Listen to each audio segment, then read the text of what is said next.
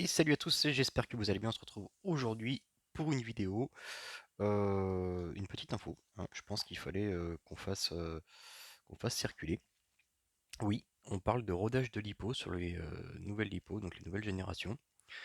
Je vais vous expliquer tout ça en détail. Pour ça, il faut bien suivre la vidéo, hein. Pas oublier de s'abonner aussi, c'est important. Et le petit pouce. Il faut pas c'est pas la peine de me poser des questions inutiles, je vais vous donner toutes les infos dans la vidéo, donc c'est pour ça il faut absolument suivre cette vidéo. Après on peut ouvrir le débat sur pourquoi roder, est-ce que c'est vraiment utile, ainsi de suite. Ceci dit, l'info que je vais vous transmettre là, c'est une info qui nous provient donc du fabricant IP directement. Donc voilà, je pense pas que, enfin j'ai pas la prétention d'être plus intelligent que les ingés de chez IP. Voilà, mais bon après, est-ce que c'est efficace sur les anciennes générations ou pas? Est-ce que bref, tout ça après, ça va être le débat. Mais en tout cas, voilà, je vais vous donner un max d'infos. Si toutefois il y a des trucs que t'as pas suivis, n'hésite pas, il faut bien mettre sur pause, tu reviens, mais voilà, tu auras vraiment toutes les infos et la procédure pour des dépôts. Donc j'espère que tu t'es abonné, déjà, c'est important. Autrement, le confinement sera prolongé jusqu'en 2032, voilà, si tu le fais pas. Alors, ça dit quoi? Donc, avant d'utiliser la dernière génération de batterie, il est fortement recommandé de les roder. Alors attention, c'est une traduction, c'est un Google Traduction parce que le texte est en anglais. Donc voilà, il faut être un petit peu indulgent des fois sur la traduction. Donc après la fabrication, les batteries sont inactives jusqu'à ce que vous soyez sur le point de les utiliser pour la première fois. L'utilisation de cette procédure permet de garantir que la batterie soit prête pour la course. Ok. Alors, pour ça, j'ai pris donc une ancienne IP. Je vais pas le faire sur la nouvelle parce que tout ce que je fais en termes de charge et décharge, ça se fait au circuit. Je le fais pas à la maison parce que si au cas où il y a un problème, il faut balancer la lipo par la fenêtre, essayer de la débrancher. Si tu y arrives, c'est bien. Si tu n'y arrives pas, il faut balancer le chargeur avec. Donc voilà, je préfère faire ça au circuit. Au moins, c'est plus safe et t'es tranquille. Donc voilà, là on a reçu donc la toute. En fait, je me suis reconstitué un pack parce qu'il me faut 3 packs pour rouler donc avec la Coralie. Je roule en 2x2 shorty en IP6002. Donc ça nous provient donc de chez Vartel Shop. D'ailleurs que je remercie grandement notre partenaire, notre plus ancien partenaire et notre tout premier, Sébastien Vartel. Le chargeur vient de chez lui, les lipos viennent de chez lui, le cordon c'est de Sébastien Vartel. Voilà, honnêtement, j'ai pas de soucis à ce niveau-là. Et puis des fois, bah, si ça arrive que tu as un pépin, attention, on n'est pas à l'abri, hein. Les revendeurs, bah, ils y sont pour rien, eux, hein. Ils font que revendre le matériel qu'ils importent. Donc voilà, il y a toujours possibilité de discuter. Tu envoies ton matériel. La dernière fois, j'ai rappelé parce que j'avais un souci sur une hypo, justement. Euh, Client lambda, hein. Voilà, on peut pas dire oui, mais parce que t'es BRZ et puis que. Non, non, du tout. J'ai pas dit qui j'étais. Donc client lambda, voilà, j'ai un souci avec ma lipo, comment ça se passe? Pas de souci, vous leur mettez dans un carton, vous l'emballez bien proprement, vous renvoyez tout ça au shop et nous on va effectuer des tests et puis s'il faut l'envoyer en garantie, on s'en occupe, on l'envoie en garantie. Donc voilà. Il est vrai que des fois on trouve des produits à 2-3 € moins cher, on en discutait il n'y a pas longtemps, mais t'as pas forcément la qualité et le suivi qu'il y a derrière. Voilà, contrairement à d'autres shops. Donc des fois il vaut mieux y mettre le prix. Et même si c'est 2-3 € plus cher, mais au moins tu sais que tu es tranquille et tu as un service de qualité. Donc voilà, ça on va pas le faire sur la nouvelle lipo, mais donc ça c'est les produits qui sont présentés par Sébastien Vartel et comme d'autres shops, hein. Voilà, donc ça c'est la IP, c'est des LIHV en 6002. C'est les plus légères je crois. D'ailleurs il y a un truc qui va être intéressant de voir parce que j'avais pas l'info sur la procédure. On peut les charger en combien de C? Je crois que c'est 4 ou 5, je me rappelle plus. Pas dire de conneries. On a la petite notice. Il nous le dit. C'est pareil sur le nombre de C, à quoi ça correspond. On va y revenir aussi dans la vidéo. Il n'y a pas pas de problème.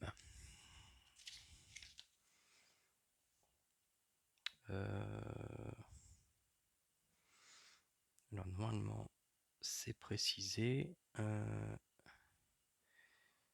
C'est précisé. Bon bref, on va pas bloquer 100 ans là-dessus. Mais ouais, normalement c'est précisé quelque part. Le nombre de C en charge. Je crois que c'est 4 ou 5 sur l'IP, je me rappelle plus.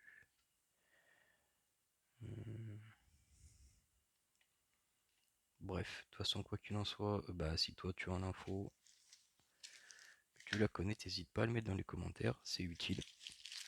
Mais je crois qu'on est dans ces alentours. De toute façon, maman il nous propose dans la procédure de les charger à 40 ampères, donc après ça dépend bien sûr de la capacité de la batterie, mais bon, voilà, pour charger à 40 ampères, c'est pas un C maximum, c'est bien plus. Donc, la procédure nous dit quoi? On a fait ça bien, attention, donc tout ça, toutes ces notes-là, vous allez pouvoir les retrouver directement sur Facebook. C'est IP qui là-bas, qui a balancé directement l'info. C'est traduit, je vous ai sorti la traduction telle que. Pour retrouver le post, tu vas sur Google, tu tapes rodage LiPo IP et je crois en deuxième ligne, tu vas tomber sur le lien Facebook. Tu cliques dessus et tu auras toute la procédure si toutefois tu veux la retrouver et l'avoir par écrit. Alors, donc on en était. Si votre chargeur est automatique, fonctionne en cycle, c'est génial. Sinon, vous pouvez le faire manuellement. Ok. Alors, pour la première charge, donc de ta lipo, ils te disent donc de charger en 1C. Donc 1C, 2C, à quoi ça correspond? Alors, c'est simple. Comme on dit à chaque fois, c'est 6002 milliampères. Donc, allez, t'enlèves ça. Ça fait 6 ampères. 6,2, enfin bref, voilà, c'est 6,2 ampères. Si je raconte pas de conneries, attention, les mecs, n'hésitez pas à me reprendre si je dis des conneries. On va partir sur une base de 6000. Donc t'imagines que c'est une 6000 et pas une 6002. Donc c'est 6 ampères. On va prendre les chiffres ronds, ça va être plus simple pour tout le monde. Donc si je veux charger en 1C, donc ça correspond 6 ampères une fois sa capacité. Donc charger en 1C. Donc là c'est les ampères que je vais balancer dans ma lipo pour ma charge, enfin que je vais balancer pour ma charge. Donc je me mets sur, tu vois, 6 ampères. C'est équivalent à 6000 milliampères, c'est ça. Donc là, je vais être donc en cycle de balance, toujours équilibré, chargé en équilibrant, c'est hyper important. En 7,4, donc une 2S. Et là, je suis donc à 6 ampères, 6000, 1C. Si je veux charger en 2C, deux fois sa capacité, je passe, bah tu multiplies par 2, 6, 6, 6, 12, donc ça fait 12 ampères. Et là, je serai en 2C.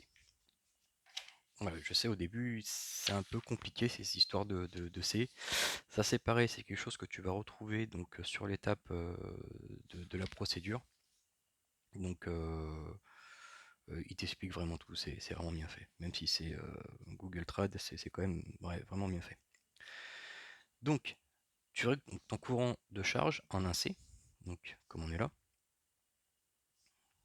Donc, une fois sa capacité, si je veux faire ça bien, vraiment pile poil.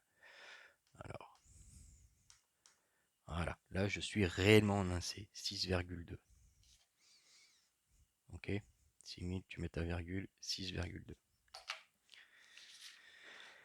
Alors, donc on nous dit qu'il faut charger en 1C. Par contre, si tu as un cut-off sur ton chargeur, c'est l'idéal.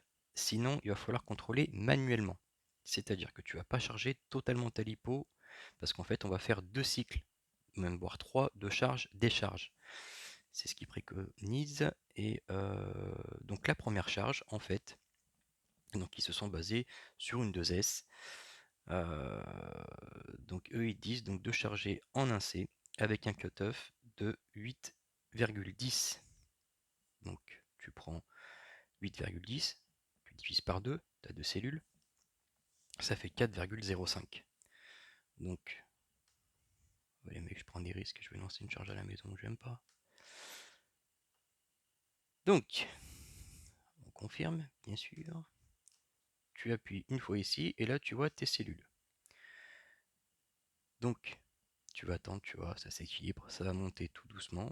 Bon, là, ça grimpe quand même pas mal, on est en 1C. C'est un bon chargeur. Tu attends que ça soit à 4.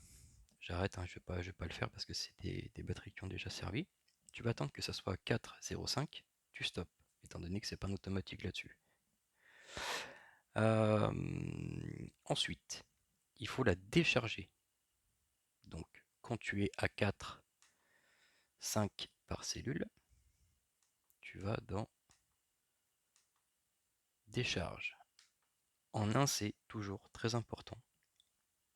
Donc, dit en 1C, on est sur du 6002, donc 6,2.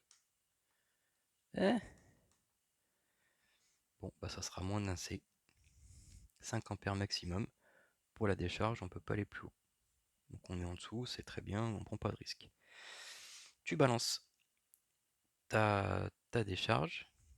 Et là, ils nous disent donc qu'il faudrait un cutoff, si tu as cette option sur ton chargeur, de 7,8 volts, c'est-à-dire 3,9 par cellule. Donc tu vas monter à 0, tu vas monter à 4,05. Une fois que tu y es, tu redescends à 3,9. Une fois que tu as fait ça, il faut répéter ce cycle 2 fois. Ok. Une fois que tu as fait ce cycle-là, tu vas donc exécuter le troisième cycle à un courant de charge de 2C avec une coupure différente. Donc ça, tu vois, les courants de charge à 1C, un cutoff de 8,10, ce qui nous donne 4,05 par cellule. J'ai marqué 2 fois, c'est à refaire 2 fois. Donc la décharge, donc avec une coupure à 7,8 est égal à 3,9. Donc ça, on va dire qu'on l'a fait 2 fois, c'est fait. Maintenant, ils te disent d'exécuter, donc, bah ouais, tu vois, exécuter cycle étape 1 et 2 une deuxième fois. Exécuter le troisième cycle à courant de charge de 2C jusqu'à une coupure de 8,4. De 2C, coupure jusqu'à 8,4, ce qui nous donne donc une charge normale, donc 4,2. Donc c'est pareil, tu retournes dans ton truc, donc là tu es en décharge, tu fais attention de pas... Voilà, tu te mets en balance. Donc là, tu vois, par exemple, il me dit, donc il faut que je charge en 2C, 2 fois la capacité de la batterie, donc ça fait 12,4. Logiquement, si j'ai bien compté. C'est pas sûr. Donc là, c'est bon, on y est. Donc là, je sais que je suis réglé pour 2C. Toujours en 7,4, donc 7,2 volts. 2S. Donc cette étape-là, avant de lancer la charge, il nous dit quoi? Donc régler le courant, ça c'était l'étape précédente. Donc charge 2C, coupure 8,4. Donc une charge tout à fait normale. Une fois qu'elle a fini, que ça sonne, t'as plus à te préoccuper, à surveiller. Tu reviens, tu dois redécharger la batterie. Par contre, les préconisent de décharger en 2C, donc c'est-à-dire beaucoup plus fort. Or, mon chargeur le fait pas. Ça sera en 1C, c'est pas grave. Et là, il faut en fait la décharger à 7,6 volts pour une 2S, ce qui nous donne 3,8 par cellule. Et c'est à faire qu'une seule fois. Voilà, ça c'était la dernière étape. Après, on va pouvoir rouler. C'est chiant. Je sais, c'est long, c'est chiant, mais faut le faire. Voilà, il faut pas se plaindre après si on a des soucis avec ses lipos. Voilà, le constructeur, c'est lui qui fabrique, il sait ce qu'il fait. Euh, Si tu respectes pas ça et qu'après tu as des problèmes avec tes lipos, ben, il faut pas non plus aller gueuler et dire que c'est de la merde. C'est pour ça que d'ailleurs je pensais que cette info, elle était bonne à être partagée et que je voulais vous en faire profiter. Ensuite, donc ils te disent que tu peux charger par la suite à 20 ampères sur une charge normale, donc à 8,4. Faites fonctionner votre véhicule pendant 4 à 5 minutes. Donc une fois que tu as répété la première étape, 2 fois, que tu as fait la deuxième étape, après tu recharges tout à fait normalement avec un ampérage beaucoup plus balèze. Ils disent 20 ampères. Par contre, ils donnent pas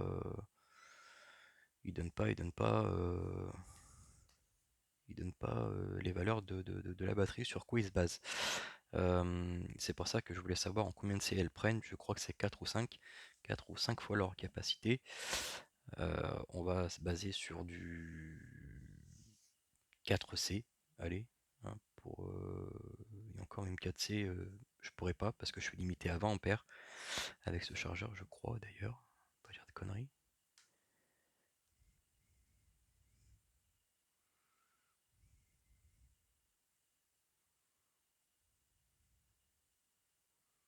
C'est déjà énorme 20 ampères. Ok, ouais, on est limité à 20 ampères. Par exemple, sur une 6000, sur une 6000, 12, 24, ça fait 24 ampères pour pouvoir charger en 4C. 4C, 24 ampères. Je suis en dessous. Je pourrais pas aller au-delà de toute façon. Donc même si elles prennent 5, je peux pas le faire avec mon chargeur. Si je crois que je peux le faire, mais je suis obligé d'enlever des ampères ici pour les rebalancer sur une autre sortie. Ah, c'est un peu compliqué, mais si je crois que ça il le fait par contre. Je suis pas sûr. Pas dire de conneries, je suis pas sûr. Donc,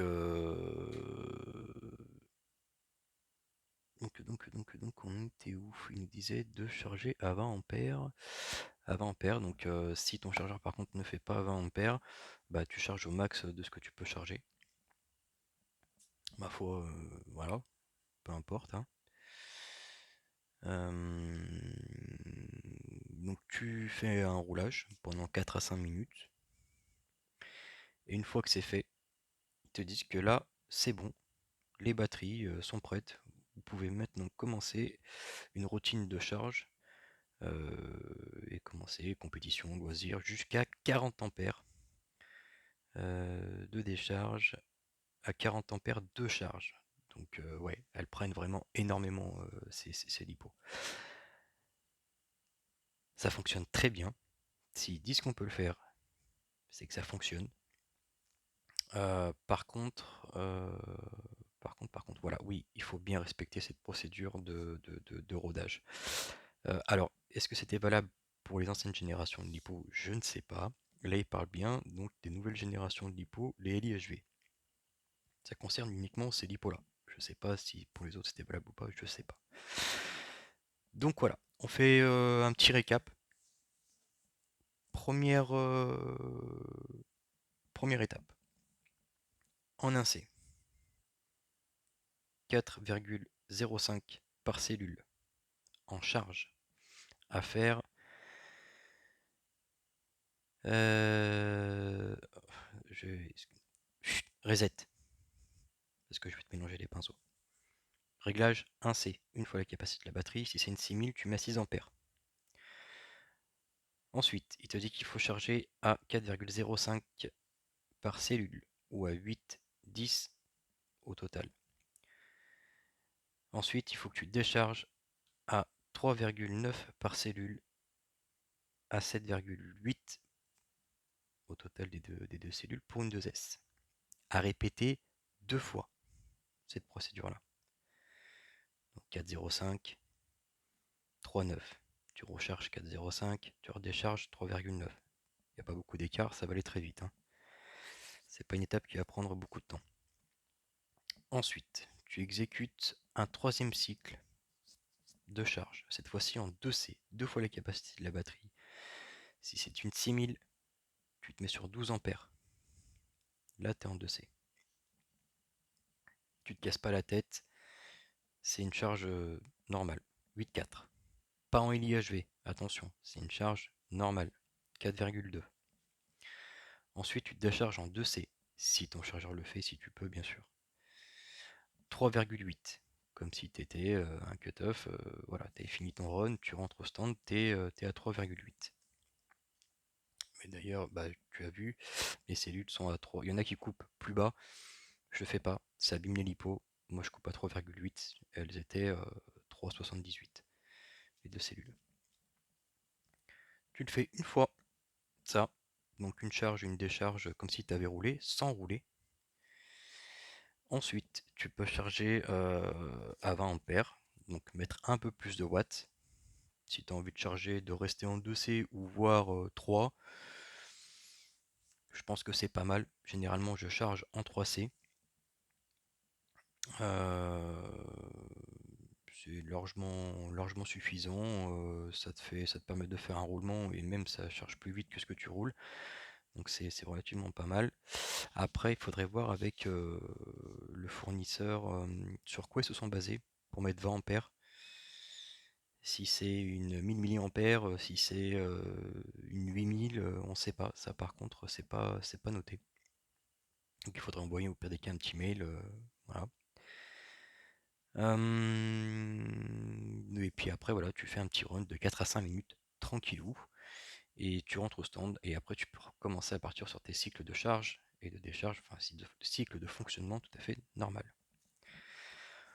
Voilà, voilà les mecs. Donc n'hésitez pas. Tu sais que tout ça, tu vas pouvoir le retrouver. Tu vas sur Google, tu tapes rodage, lipo, IP, parce que c'est spécifique au constructeur IP. Tu vas retrouver toutes ces infos-là sur la page Facebook. Tu vas le retrouver facilement, ça a été traduit. Tu as toutes les valeurs, tu as tout ce qu'il faut, tout pour bien roder tes lipos correctement. Alors je sais qu'il y en a qui vont avoir la critique facile de dire que roder des lipos ça sert à rien. C'est vrai que je rigolais aussi au début, hein. Comme je le dis toujours et comme je le dis à chaque fois, il y a que les cons qui changent pas d'avis dans la vie. Voilà, on n'est pas, je pense pas qu'on soit plus malin que le fabricant. Bon, ça allait susciter le petit truc quand même. Est-ce que c'est pas pour vendre des chargeurs un petit peu plus balèzes ou pas? Je te l'accorde, je sais pas. Quoi qu'il en soit, il y a une prod à faire, une procédure. Respecte-la. Ce que je vais faire, de toute façon, quoi qu'il en soit, euh, je vais faire ça. Parce que c'est vrai que je l'ai pas fait sur mes autres lipos. J'y vais doucement, généralement je fais une charge, ce que je faisais c'était une charge en 1C. Voilà, je roulais avec mes lipos tranquillou pour pas les trouver secoués au début. Et après je chargeais un peu plus fort. Ce que j'ai fait sur mes anciennes lipos. Bon après ceci dit, j'ai quand même respecté, j'ai pas fait cette procédure là. Mais tu vois, ça c'est ce que j'ai par cellule. Et mes résistances, ouais, c'est quand même honorable, hein, c'est pas mal. Donc oui, j'ai pas fait cette procédure, celle-ci dans le détail. C'est bien, quelque part, parce que ça pourra permettre de comparer avec, là j'attends donc j'en attends une deuxième. Ça va me faire un pack que je vais roder correctement, cette fois-ci. Et on va pouvoir voir dans le temps, je vais bien les noter, et on va pouvoir voir dans le temps bah, s'il y a une réelle efficacité ou pas, ou voilà. Ça c'est un retour que je vous ferai plus tard. En tout cas, n'hésitez pas, si tu as besoin d'infos, je pense pas, je pense que je t'ai tout donné. Si tu as besoin de lipo, n'hésite pas, tu sais que tu as Vartel Shop. Tu as pour d'autres marques, style Coralie, Ultimate, tu as Egwan Racing. D'ailleurs, de chez Egwan Racing, on attend des pneus Hot Race parce que mes pneus me manquent fortement. Tu as Donut Racing, enfin bref, tu as plein de shops. Les mecs, quand vous achetez votre matos, ne soyez pas 2-3 € près, mettez le prix et au moins vous savez que derrière, s'il y a un souci, vous avez un service de qualité. C'est très important. Voilà, j'espère que ça vous aura plu. C'est différent un petit peu des vidéos qu'on a fait jusqu'à présent. Rentrer dans la technique, moi-même c'est un truc qui me saoule. Euh, voilà, bonne journée, à plus tard. Allez, ciao et abonne-toi.